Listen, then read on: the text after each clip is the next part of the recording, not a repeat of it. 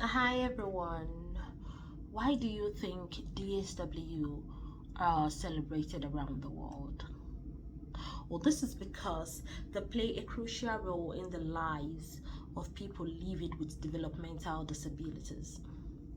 We provide essential care, we improve life quality, we promote inclusion, advocacy, we are empathetic, compassionate, and we give cultural, social, emotional, and mental balance.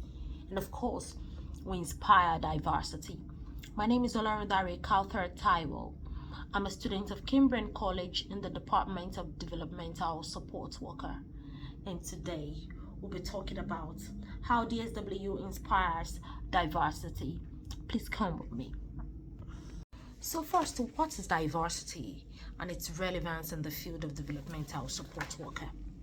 I'll say that diversity refers to involving people from range of different social and ethnical backgrounds and of different genders, sexual orientations, disabilities, and culture.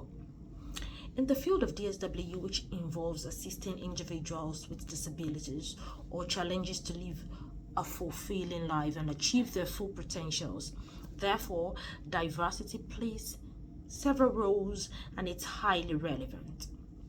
Amongst these roles are advocacy, awareness, collaboration, legal and ethnical consideration, equity, cultural and social competency, and many more. Now let's look at understanding the challenges individuals with disabilities face in a diverse community. Physical accessibility. Many communities lack infrastructure for individuals with physical disabilities. This includes transportation, sidewalks, public buildings. Therefore, people living with developmental disabilities are restricted from a lot of physical accessibilities that would have enhanced them, that would have helped them to become better in the society. And secondly, limited access to education. Since inclusive education is not available, they have limited access to quality education, which can limit their personal development and their future prospects. Imagine someone living with a developmental disability who cannot access a good and quality education, who cannot access the kind of education they want. This is cutting their dreams short. They cannot become who they want to be simply because they could not go through the route of quality education. This is killing so many people living with disabilities dreams, and we need to bring their dream alive. We need to make their dream come true. Third, employment barriers.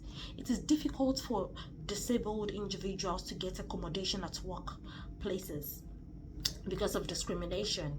Therefore, it is difficult for them to gain and maintain an employment. Look into people living with disabilities, how they go for interviews, how they are being turned down, how they cannot maintain their employment, their jobs, because of accommodation.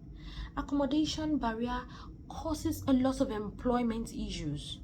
They can't transport to work, they can't hold a job for long simply because they have disabilities. This should not be so. This is limiting their access to, freedom. This is part of things that developmental support workers are fighting against. Let's look at stigma and discrimination. Because of the stigmatization, disabled individuals encountered its limits their access of education, employment, healthcare, and social opportunities. They tend to be like, are people looking at me? Are people talking about me? Are people looking at my, because I'm disabled? These things are bringing them down. Stigmatization, the way people associate with them, the way people segregate them, the way people point them out in the society. Things like this are bringing that, so they are so challenging to people living with developmental disabilities.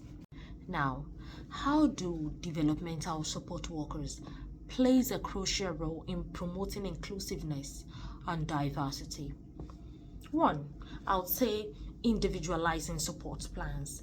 The personalized support plans that considers unique needs according to the individual's disability and still respects the cultural background, preferences, and identity.